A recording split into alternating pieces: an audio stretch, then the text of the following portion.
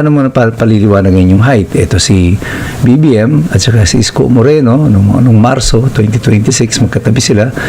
Pero nung isang araw lang, matapos sila mag-distribute ng bigas, makita ninyo, parang halos magkasing taas na sila.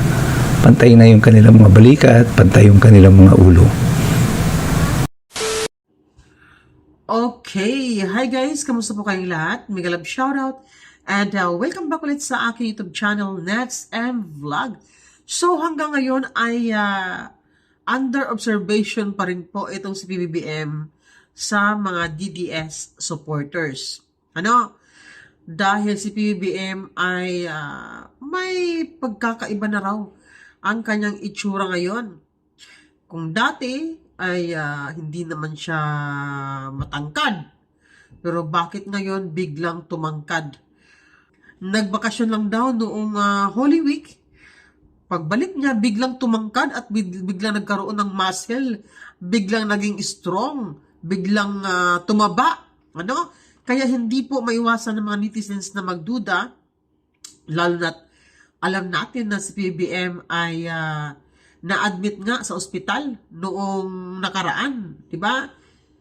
Sila din naman po mismo ang nag-confirm na si PBBM ay may diverticulitis, no?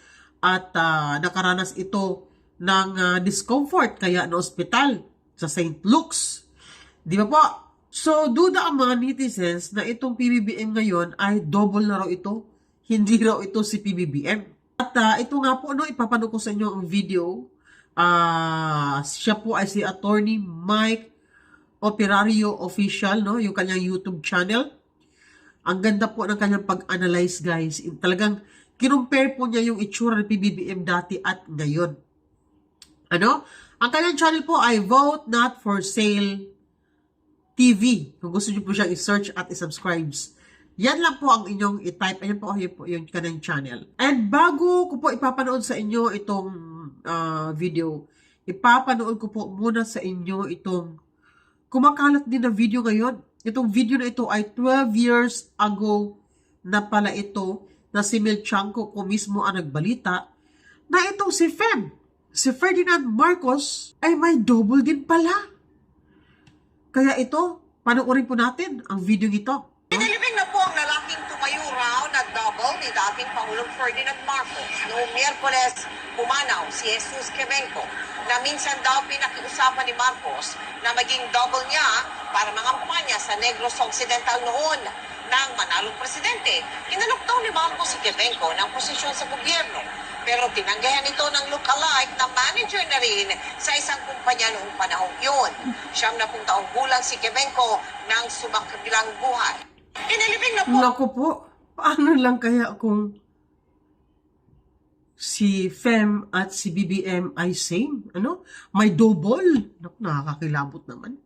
So, ito po yung video ni Attorney Mike. Panoorin po natin. Napakaganda po ng kanyang paliwanag. Talagang kinumpara po niya pati yung tenga ni PBBM. Malaki daw ang pinagkaiba. Okay, so ito po, panoorin po natin. Will the real Slim Shady please stand up? Sa kaso natin, will the real BBM please stand up?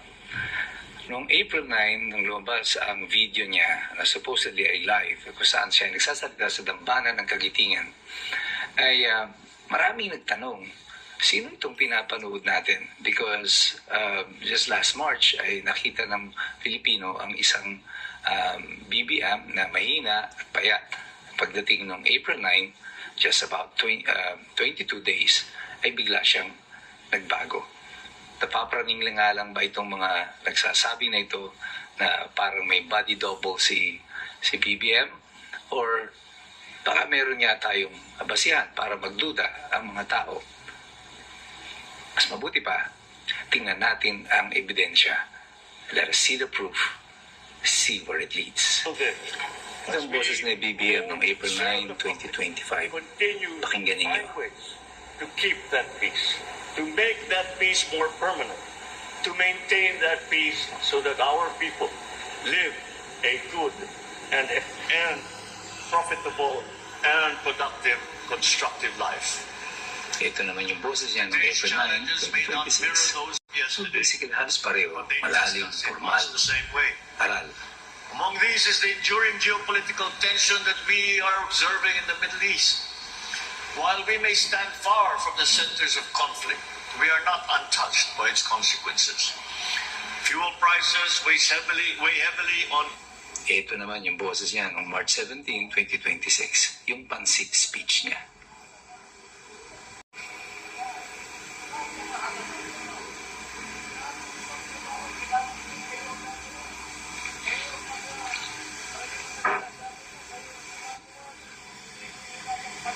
Diyan pa lang, makikita ninyo malaki ang kaibahan.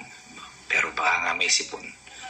Pero paano mapaliliwanag ang mga pagkakaiba nito sa kanyang mga Ito, ang taba facial niya, oh. features? Tenga, baba. Tapos yung isa, payat. Ito yung magkaiwala ng picture niya. Noong April 9, 2026, March 17, 2026. March 17 yung nasa yung kaliwa. April 9 yung nasa kanan. Biglang tumaba, ano? Tapos dalawang picture na to, ito yung tenga niya. Doon sa April 9, makikita nyo, ito yung kanyang kanang tenga. April 9 yung nasa kaliwa. March 17, 2026, itong nasa kanan. Kaya close up nung Bago this nga. is March 17, 2026. Makikita nyo yung upper portion ng kanyang tenga. Malalim yung groove. Parang may number reversed na 3 Katok. ang pagkakaso ng wangis. Pero dito sa April 9, 2026 na picture niya, kita niyo mas makinis yung upper portion ng kanyang tenga. Iba na yung itsura niya. And yung earlobes niya sa ibaba, makita niyo nagkaroon ng pabilog yung sa isa pahaba. Pero mas matindi itong difference ito sa kanyang kaliwa na tenga. Yung nasa kanan, kaliwa, ito yung kanyang March 17. Grabe, ang bilis niyang tumaba, ano? At bilis niyang kuminis. Yung nasa kanan, ito yung nagja-jogging siya, nagja-jumping jack sa Malacanang. Tingnan niyo mabuti yung kanyang tenga nung nakaraang linggo lang nung nagja-jumping jack siya. Kaya makinis yung kanyang kaliwang tenga, yung upper portion. Tingnan nyo, medyo makinis yung kanyang tenga dyan. Ito naman yung Diba? March 17 niya. Ibang-iba ang itsura. Kulubot. Maraming grooves. At wala siyang wangis doon sa una nang ipinakita. And then, ito yung mas closer na makita nyo yung side-by-side comparison. Makikita nyo may malaki talagang pagkakaiba. Siguro dahil pumayat o tumaba, hindi natin maintindihan. Pero obviously, merong pagkakaiba. Pero paano mo paliliwanagin yung Ito. height? Ito si BBM at saka si Isko Moreno noong Marso 2026, magkatabi sila.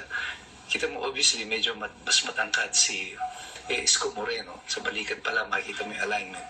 Mas mataas yung balikat niya. Ayan, ang closer look.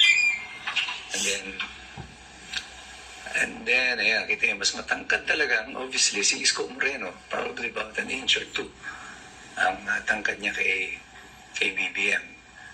Pero nung isang araw lang, matapos sila mag-distribute ng bigas, makita niyo, parang halos magkasing taas na sila. Tapos may muscle pa, oh. Pantay na yung kanilang mga balikat, pantay yung kanilang mga ulo. May dibdib na rin siya. Ito. Dahil yung katawan, yung pagtaba, may papaliwanag. Pero yung pagtangkad, paano natin magagawa yun?